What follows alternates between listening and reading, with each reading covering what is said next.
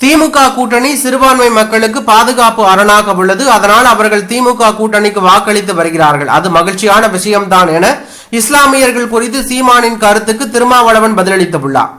திருச்சி விமான நிலையத்தில் செய்தியாளர்களிடம் பேசிய விசிக தலைவர் திருமாவளவன், எம்பி வேல்முருகன் திமுக கூட்டணியில் நீடிப்பார் என நம்புகிறேன், நீடிக்க வேண்டும் என விரும்புகிறேன். சிதறி கிடக்கும் எதிர்க்கட்சிகளை ஒருங்கிணைக்க வேண்டும் என்கின்ற விருப்பத்தை தினகரன் வெளிப்படுத்தி இருக்கிறார். பாஜக தலைமையில் எதிர்க்கட்சிகள் ஒன்றிணைவார்கள் என்கின்ற நம்பிக்கை எனக்கு இல்லை.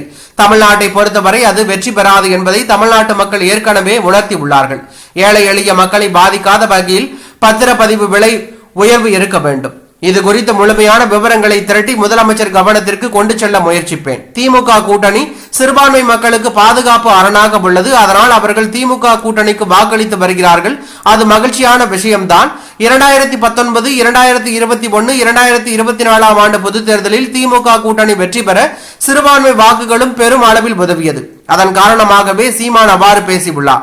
அவர் ஆதங்கத்தில் சொன்னால் கூட அவர் உண்மையை தான் கூறியுள்ளார். இஸ்லாமியர்கள் விசிகாவை பெரிதும் நம்புகிறார்கள், வாக்களித்தும் வருகிறார்கள். உள்ளாட்சி தேர்தல் விரைவாக நடக்க வேண்டும் என்பதுதான் எங்கள் நிலைப்பாடு. அதில் சில வரையறைகள் செய்ய வேண்டியுள்ளதாக தெரிவிக்கப்பட்டுள்ளது. அவற்றை சரி செய்து விரைவாக தேர்தல் நடத்த வேண்டும். தமிழக பள்ளிக் கல்வித்துறைக்கு தேவையான நிதியை ஒன்றிய அரசு ஒதுக்க வேண்டுமானால் புதிய கல்விக் கொள்கையை ஏற்றுக்கொள்ள வேண்டும் என்று ஒன்றிய அமைச்சர் வெளிப்படையாகவே கூறினார். அப்பொழுது பள்ளிக் கல்வித்துறை அமைச்சருடன் நாங்களும் உடன் இருந்தோம். புதிய கல்விக் கொள்கையின்படி தமிழ், ஆங்கிலம் ஆகிய இரண்டையும் படியுங்கள், மூன்றாவதாக ஹிந்தியும் படியுங்கள் என உள்ளது. அதை ஒன்றிய கல்வி அமைச்சரும் வலியுறுத்தியுள்ளார். அவர் செய்தது நிர்பந்தம்தான். இது குறித்து நாடாளுமன்றத்தில் நாங்கள் சுட்டிக்காட்டி கண்டித்துள்ளோம். அம்பேத்கர் குறித்து நான் தவறான கருத்துக்களை கூறவில்லை என அமித்ஷா விளக்கம் அளித்துள்ளார்.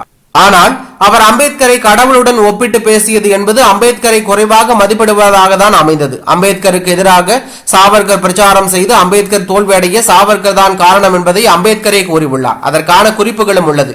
பாஜகவை சார்ந்தவர்கள் தான் உண்மையை தெரிவித்து காங்கிரஸ் தான் அம்பேத்கரை தோல்வியடைய செய்தது என பொய்யை பரப்பி வருகிறார்கள். அம்பேத்கர் குறித்து இழிவாக பேசிய அமித்ஷாவை கண்டித்து வருகின்ற 28ஆம் தேதி அகில இந்திய அளவில் அம்பேத்கர் இயக்கங்கள் ஒன்றிணைந்து போராட்டம் நடத்த உள்ளோம். சென்னையில் விசிக சார்பில் போராட்டம் நடைபெறும். அந்த போராட்டத்தில் 1000 முறை அம்பேத்கர் பெயரை உச்சரித்து போராட்டத்தில் ஈடுபட உள்ளோம். மேலும் 2026ஆம் தேர்தலில் இத்தனை தொகுதிகள் தான் வேண்டுமென திமுகவிடம் நிபந்தனை எல்லாம் வைக்க மாட்டோம். நிறைய இடங்களில் போட்டியிட வேண்டும் என நினைப்பது இயல்புதான் என்று அவர் கூறியுள்ளது பரபரப்பையும் அதிர்ச்சியும் ஏற்படுத்தி உள்ளது.